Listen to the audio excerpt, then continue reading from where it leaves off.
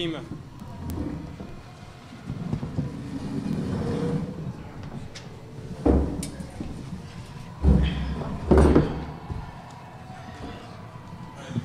Now by Delaware, head coach Tina Martin, open it up for opening statement with Coach Martin, and then raise your hands for questions. We'll bring the mic around after some of their opening statement. Go ahead, Coach. Thank you. Today definitely was not our game and our day. I first want to say congratulations to James Madison. They, as I said many times, they are the best team in the league. It would have taken a upset in order to knock them off today. They have it all. They have athletes, they have experience, they have outside shooters, and we wish them well in the NCAA tournament, obviously being the CAA representative, and hopefully they do well. Switching gears to us, I'm not going to dwell on this loss at all because this young team has come so far, and we're going to go to the WNIT, and we get the bid because we finished second, and JMU gets to go automatically to the NCAA tournament. So I'm looking forward to the NIT. I'm looking forward to this group having a chance to compete in another playoff situation, postseason situation. Obviously, we did not perform well today. But that being said, a lot of these players, it's their first opportunity to play for an NCAA tournament. It will not be their last. As I've said many, many times, we will get ourselves back here again in the future. I'm not guaranteeing anything, but I do believe this group has it in them to get back here and play for another championship in the future. All right, questions, raise your hand, please. Hey, Tina, if you could pick out any one thing in that James Madison first half surge that kind of got them going, that hurt you guys, whether it be rebounding or turnovers or poor shot selection or defense, what would it be? I think their rebounding and our turnovers killed us. Those two things. We rushed a lot on offense, and that's because we were anxious and in a hurry. But even more importantly than that was just their second chance opportunities. I mean, they rebound the ball so well. They always have. He's got a tremendous athletic team, and they get to the boards quicker than any players in the CAA. And we just didn't put a body on them today, like we were going to have to in order to keep it close and give ourselves an opportunity at the end. So it was both, Kevin. It was us rushing on offense and turning it over, and then they're just such a good rebounding team. So I'd say those two things are the biggest factors.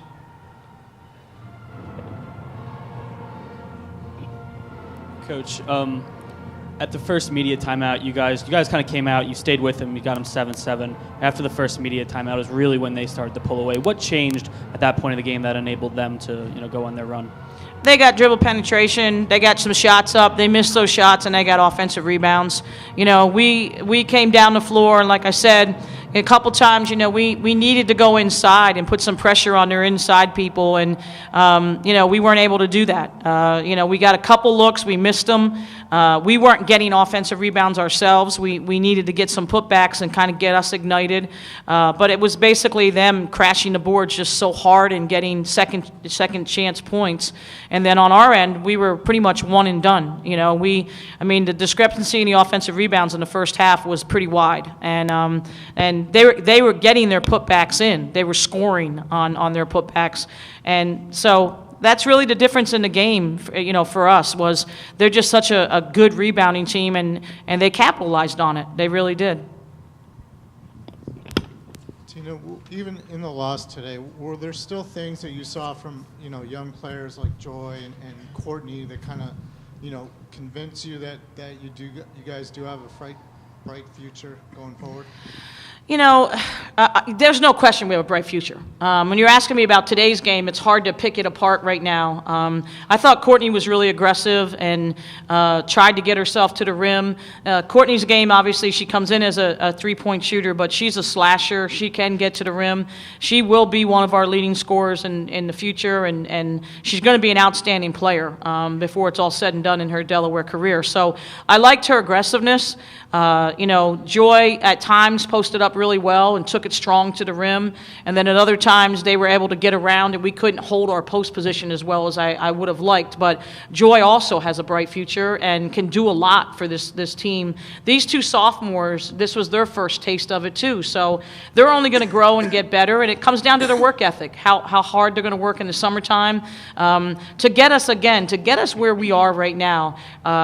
Courtney's been great as far as scoring the ball, and we wanted her to learn to be more verbal, and she's going to do great things for us, and so is Joy.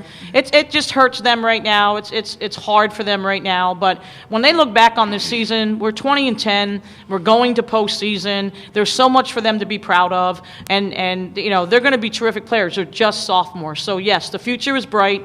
They will go home. They will work on their games. We really want to get an NIT win. We'd really love to do that. We'll see where we're placed and go from there. For better or worse, there are people who weren't even aware of Delaware basketball until 2-3 years ago. What does it say about the program that you still are a quality program? You're playing for a championship. You're going to a postseason bid, even in the post-Elena era. Well, I say this all the time, and I don't mean this to be come out the wrong way. We went to the NCAA tournament before Elena. We obviously went to the NCAA tournament with Elena, and we will go back to the NCAA tournament without Elena. So people, I don't know, they're not knowledgeable, and so they want to go on and on. But bottom line is our program has been really, really solid. I got a terrific staff. They work really hard. I've got great players who've played for me, from Tiara Malcolm, who's on my staff, to Tyresa Smith, to, just so many of them. Megan Delgrati back in 2001, and Cindy Johnson, who was the all-time leading scorer. And those kids are unbelievably talented people, and they're doing great in the world. And Delaware basketball is more than Elena Deladon. I know that most people were sleeping, and sometimes they do fall asleep on women's basketball, but they can go back to sleep. The bottom line is the people that care about Delaware basketball know how good we've been. They know the championships we've won. They know the 20-win seasons we've had, year after year after year. I'm really proud of my staff. I'm really proud of the players who've played here at Delaware, and the record speaks for itself. If they want to wake up and go to the website and check us out, it might be a good idea. But we've always been really good and a winning program. Hey, Akima, you gave the Hens a nice boost there in the second half with your scoring. I mean, at that point, are you thinking, hey, this game isn't over yet? We're not out of it yet. And how much did your experience from being in these games here before kind of help you in that situation?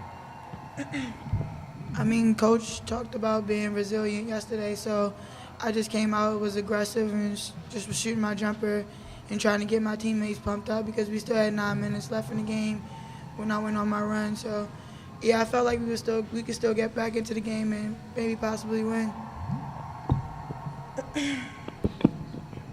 Joy, I was wondering if you can kind of just describe how far you've come personally this season and kind of what that means going forward in the future. I think I've come pretty far this season. At the start of the CAA, conference play, I was averaging 4 or 6 points. I wasn't really playing as much as I thought I should have been, and so I guess I was moping a little bit. But as Shanice set out, I got an opportunity to start, and I started working hard, and I really found my niche in the team, and I think that's how I've gotten to getting my rebounds up and scoring a lot more at the end. Tina, Jasmine Guthrie was the most outstanding player. Just tell me a little bit about her game. What do you see from her? What does she do? What's her skill set type of thing? Jasmine is such an athletic player. She's a slasher. She's really worked on her jump shot, and she's able to knock down the 12 to 15 footer pretty consistently. I know she's still working on her 3, and when she gets that down, she'll be even better than she already is, and she's already very good, certainly. I think her athleticism, the way she jumps and gets off the floor, she's so quick to the ball. She reminds me a lot of Tyresa Smith, who played for me and went to the WNBA as a 17 pick overall of the Phoenix Mercury team back in 2007. I think Jasmine can go to the next level. The biggest thing will be for her to get stronger, and that's frightening for me to say that as well. But she has, WNBA capability because she's so athletic. So, she's really good right now at rebounding the basketball. She's quick off her feet. She's got the mid-range game, and she's got that explosive first step that most female athletes do not have. So, congratulations to obviously her on winning the MVP of the tournament, and she'll be a handful these next 2 years, that's for sure. Couple more, especially for Kelsey. Hey, Kelsey, I mean, obviously you guys were big underdogs and stuff today, but I know yesterday you kind of expressed some optimism about today's game. What went wrong early for you guys, and is it disappointing not to make it a more competitive game and take it later into the second half? Yeah, I mean, of course it was disappointing. We wanted to have a fight in it and stay in it, but I think early on we didn't rebound the way we should have, and we especially didn't play the defense very well and just left a lot of open shots, which gave them opportunities to get excited and get in it. So, yeah, I think that's what kind of went wrong. Anything else? Thank you. All right, thank you.